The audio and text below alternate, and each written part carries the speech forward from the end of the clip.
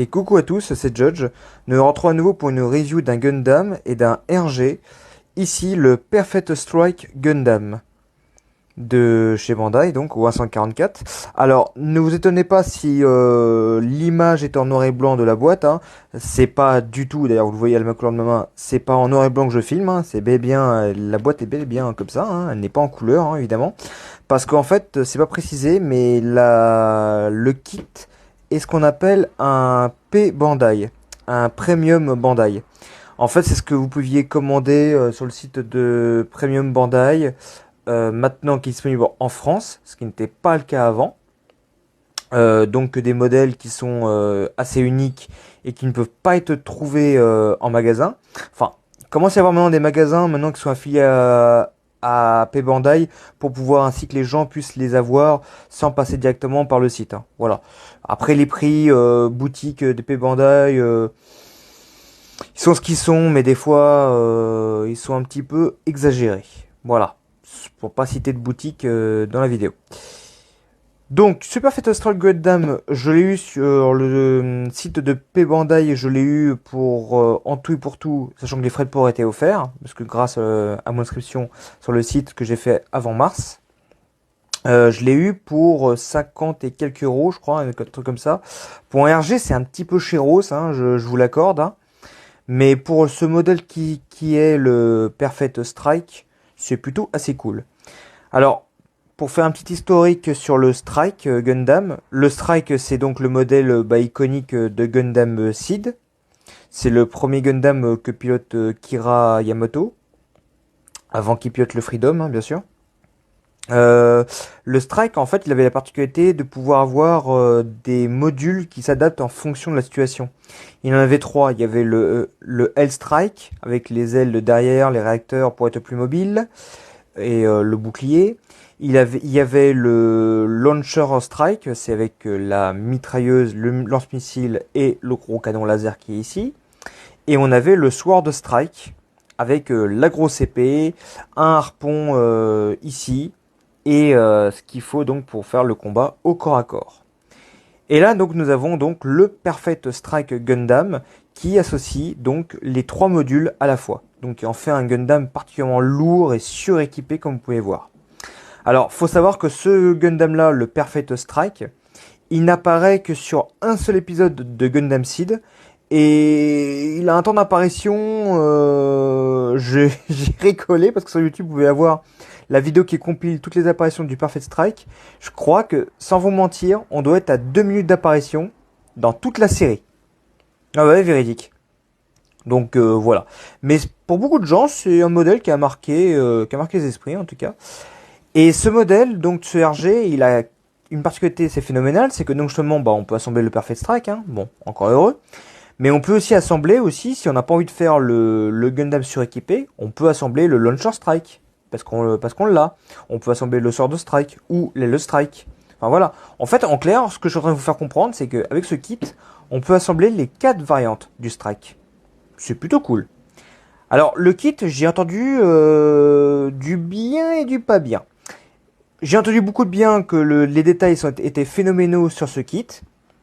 Mais j'ai entendu du pas bien parce qu'on m'a dit que les articulations et le fait que le sac à dos était terriblement lourd à l'arrière et que c'était mal équilibré, ce qui en faisait un modèle vraiment pas gégène. Bon, on verra ça en tout cas au montage, mais dans tous les cas de figure, je suis pas dégoûté d'avoir pris parce que j'aime beaucoup le Strike et d'avoir un modèle qui compile tout, c'était plutôt assez cool. On va voir ainsi les quelques petites choses qu'il y a sur la boîte. Alors une particularité qu'on voit que c'est un P Bandai, c'est que il n'y a pas trop d'images sur les côtés. Hein. Voilà, ils avaient donc ce qu'on avait vu de côté. Hop, on a une autre image également donc de ce qu'on a vu sur le box art. Hop, encore une fois également. Voilà, hein. Rien d'autre. Et sur le côté, c'est pareil. Donc vous voyez, on n'a même pas d'image sur le côté. Mais je vous rassure, par contre, sur l'intérieur de la boîte, la notice, par contre, est en couleur, elle. Voilà. Je vais vous montrer ainsi l'intérieur de la boîte, maintenant. Alors, voici l'intérieur de la boîte. Hein. Donc, il y a effectivement donc une notice en couleur. Hein. Donc, voilà, hein, que l'on verra après.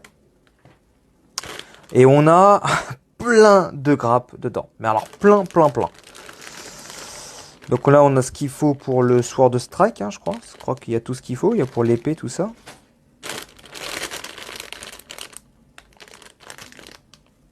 Ah, mais je vous l'ai dit, là, il y a de quoi faire, hein, niveau montage. Hein. Là, c'est un RG qui a énormément de pièces. Hein.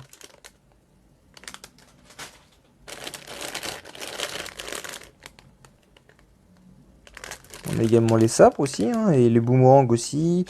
Ça, on a également ça pour l'épée. Hein. Voilà. Hein. Ça, c'est le... Bah, c'est le gros canon, hein, ça d'ailleurs. Hein. C'est le gros canon hein, qu'il y a, le gros canon laser. Hein. C'est stylé. Hein. Les détails sont beaux, hein, par contre. Les détails sont magnifiques.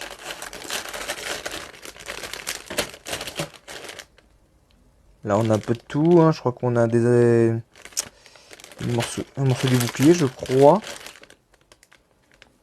Avec des parties du réacteur pour l'aile strike. Hein. Alors, c'est bizarre, mais moi qui ai assemblé le Force Impulse il n'y a pas très longtemps, je me sens pas trop dépaysé parce que j'ai toujours eu l'impression que le Force Impulse c'était un strike différent ou un Destiny. Je vous assure qu'on vous regardez Destiny ou le Force Impulse, il y a beaucoup d'inspiration par rapport au strike. C'est assez incroyable quand même. Dernière grappe, et en plus de ça, c'est qu'on a un petit cadeau de chez Bandai. Il y a un tout petit socle également pour l'exposer en vol. C'est plutôt cool, hein, sachant que le sac à dos est lourd, donc c'est bien dire à penser. On a également un petit fil aussi pour le coup du harpon, hein, également. Hein. Les sabres aussi qui sont là. Voilà. Ensuite, on a les beaux stickers que voici. Il y a des stickers qui sont magnifiques par contre. Vous avez vu, il y a des cuivrés, il y a des dorés, il y a des argentés. Ça, par contre, les stickers sont... Vraiment, ils sont phénoménaux, hein, les stickers par contre. Ouais, c'est plutôt la classe. Hein. Non, le modèle, franchement, il... Non, il pue la classe quand même.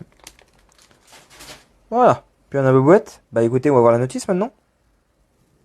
Alors voici la notice, hein, donc du Perfect Strike. Alors je suis pas sûr, je crois que je vous ai dit une connerie. Je crois que c'est peut-être que la couverture qui est en couleur, mais peut-être pas l'intérieur qui... Ouais, c'est ça, donc c'est en noir et blanc après l'intérieur. Donc on a, comme beaucoup de modèles, on a un inner frame. Alors, je me suis renseigné sur internet, apparemment l'inner frame, ce serait donc les vieux inner frame finalement qui sont un petit peu chaotiques, hein, comme il y a sur les premiers RG.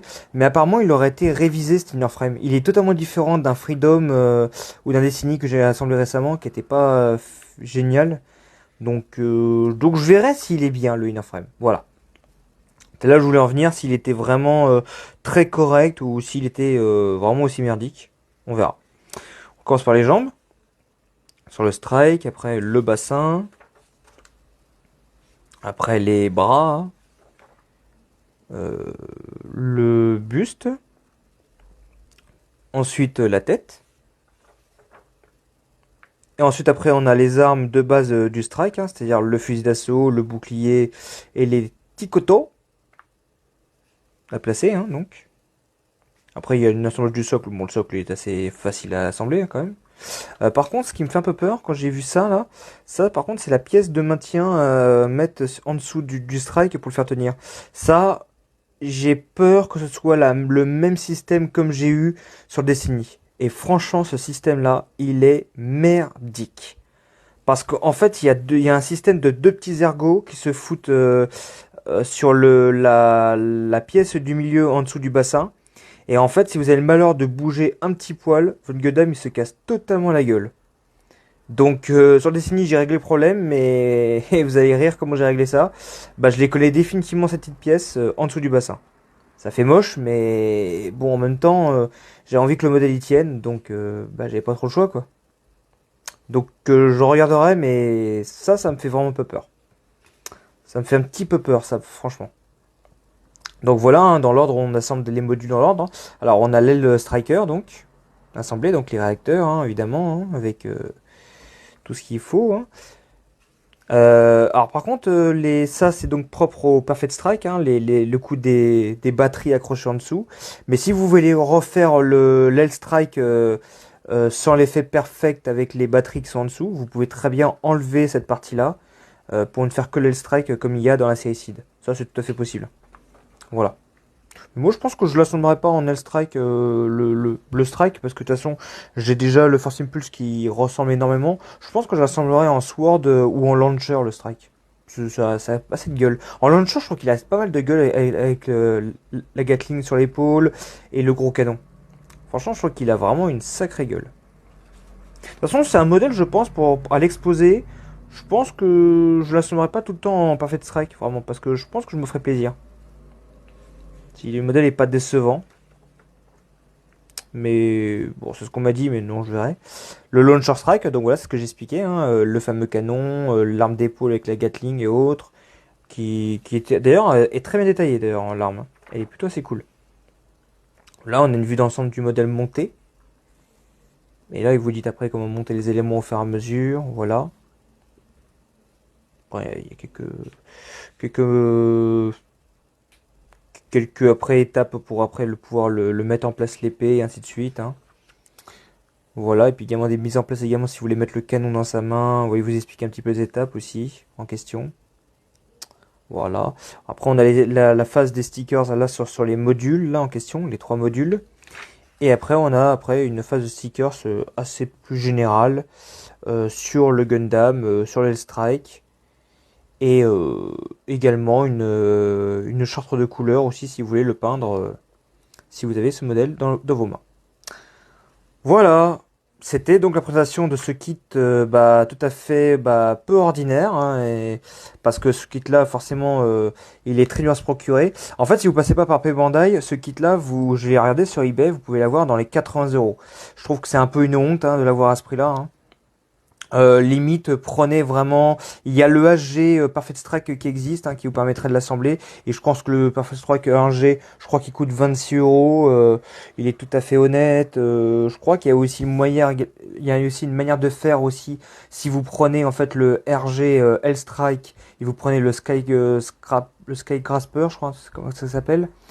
Bah, si vous prenez les deux modèles, vous avez moyen de vous assembler un Perfect Strike parce qu'il y a le L-Strike et il y a le Launcher et le Sword sur le Sky Grasper. Donc voilà. Il vous manquera juste que la petite pièce du milieu, je crois, ou alors peut-être qu'elle est fournie dedans, je sais pas. À confirmer. Voilà, c'est tout pour cette review. On se dit à très bientôt pour une autre review d'un autre Gundam. A plus plus.